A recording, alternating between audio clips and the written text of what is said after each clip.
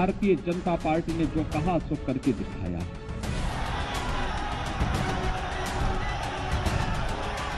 इन सवालों के जवाब भारतीय जनता पार्टी पे नहीं है, इसीलिए जनता इनका आने वाले चुनाव में सफाया करेगी। आज किसी माफिया का दुस्साहस है, आज किसी माफिया में इतना दुस्साहस नहीं कि कुछ कर सके।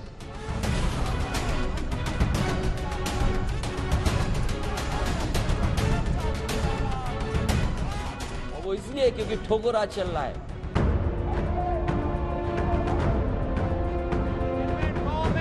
यूपी के चुनाव में सिर्फ इतिहास के हवाले से हमले नहीं हो रहे, बल्कि वर्तमान के मुद्दे भी सूबे का सियासी ताप बढ़ा रहे हैं, क्योंकि हर दल को वर्तमान की इस जंग में भविष्य के जीत की झलक दिखाई दे रही है। उत्तर प्रदेश के चुनावों में भले ही कुछ वक्त हो, लेकिन बीजेपी और समाजवादी पार्टी की सीधी टक्कर शुरू हो गई है। बीजेपी नेता जनता से किया हर वादा पूरा करने की उपलब्धि गिना रहे हैं, वहीं अखिलेश यादव बीजेपी सरकार पर वादा खिलाफी का आरोप लगा रहे हैं। सरकारें आई होंगी, घोषणाएं करती रही होंगी, बड़ी बड़ी घोषणाएं करती रही होंगी। किसी ने गरीबी के नाम पर, किसी ने जाति के नाम पर, किसी ने क्षेत्र के नाम पर, किसी ने भाषा के नाम पर, किसी ने किसी अन्य नाम के नाम पर तमाम लोग हमने नारे दिए होंगे। लेकिन भाइयों बहनों, हम सबको इस बारे में देखना होगा, भारतीय जनता पार्टी ने जो कहा सो करके दिखाया है। भारतीय जनता पार्टी ने जनता से बहुत झूठ बोला है। जो इन्होंने वादे किए थे आज पूरे नहीं हुए हैं। 4.5 साल के बाद भी किसान बर्बाद हो गया है, नौकरी रोजगार नहीं है, महंगाई बढ़ी है। तो इन सवालों के जवाब भारतीय जनता पार्टी को देना चाहिए। इन सवालों के जवाब भारतीय जनता पार्टी पे नहीं है, इसीलिए जनता इनका आने वाले चुनाव में सफाया करेगी।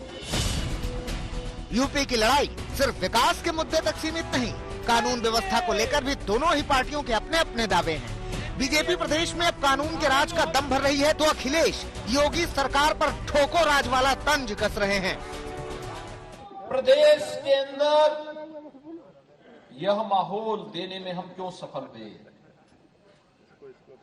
क्योंकि प्रधानमंत्री मोदी जी का मार्गदर्शन है और अपराध और अपराधियों के प्रति जीरो टॉलरेंस की नीति के तहत जो भारतीय जनता पार्टी ने 2017 में आपके सामने वायदा किया था, उसको भारतीय जनता पार्टी अक्षरशः लागू करने का कार्य कर रही है।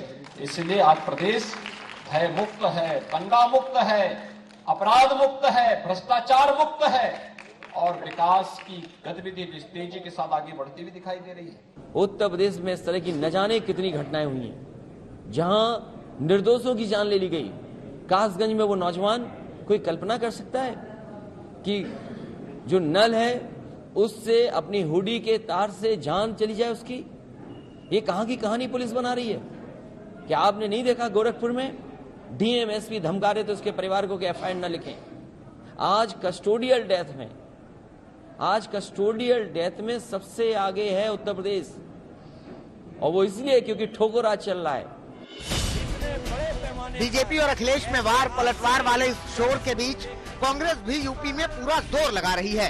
यही वजह है कि बुलंदशहर की रैली में प्रियंका गांधी ने योगी सरकार पर हमला किया और इशारों में अखिलेश यादव पर भी प्रहार मारा। बहुत बड़ी लड़ाई है। अनिल बोल रहा हूँ भाई, ये सिर्फ कांग्रेस पार्टी की लड़ाई नहीं है, कर रहे हो क्या? ये देश की लड़ाई है। और मैं आपको कहना चाह रही हूँ कि इस प्रदेश में न सपा लड़ रही है और न 15 नंबर लाइन से है सिर्फ कांग्रेस ही ये लड़ाई लड़ सकती है। साफ है कि यूपी में चुनावी माहौल बढ़ने के साथ हर पार्टी अपना एजेंडा सेट करने की कोशिश में है, ताकि अपनी बात मजबूती से जनता तक पहुंचाई जाए और यूपी में जीत की राह आसान बनाई जाए। और कोशिश में सबसे आगे है बीजेपी, जो लगातार नई उपलब्धियां जनता के सामने ला रही है और विपक्ष आरोपों को झूठा बता रही है। पूर्वांचल एक्सप्रेस के उद्घाटन को धमाकेदार बनाने की तैयारी बीजेपी के इसी प्लान का हिस्सा है, जिसे योगी सरकार बड़ी उपलब्धि के तौर पर पेश कर रही है। पूर्वी उत्तर प्रदेश जो आजादी के बाद से उपेक्षित था, आज प्रधानमंत्री मोदी जी के मार्गदर्शन, उनके नेतृत्व में विकास, रोजगार की ढेर सारी संभावनाओं को आगे बढ़ाने की दिशा से आगे बढ़ रहा है।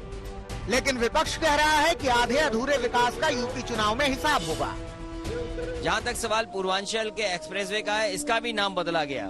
ये समाजवादी पूर्वांचल एक्सप्रेसवे जो समाजवादी पार्टी की सरकार का विजन था, एक बड़ा इंफ्रास्ट्रक्चर काम था जो शहरों को जोड़ता, गांव को जोड़ता।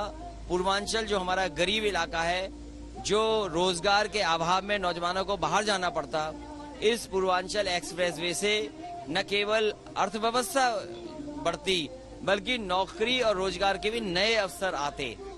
उसका 4.5 साल में पूरा नहीं किया है। आधा अधूरा पूर्वांचल एक्सप्रेसवे का उद्घाटन हो रहा है।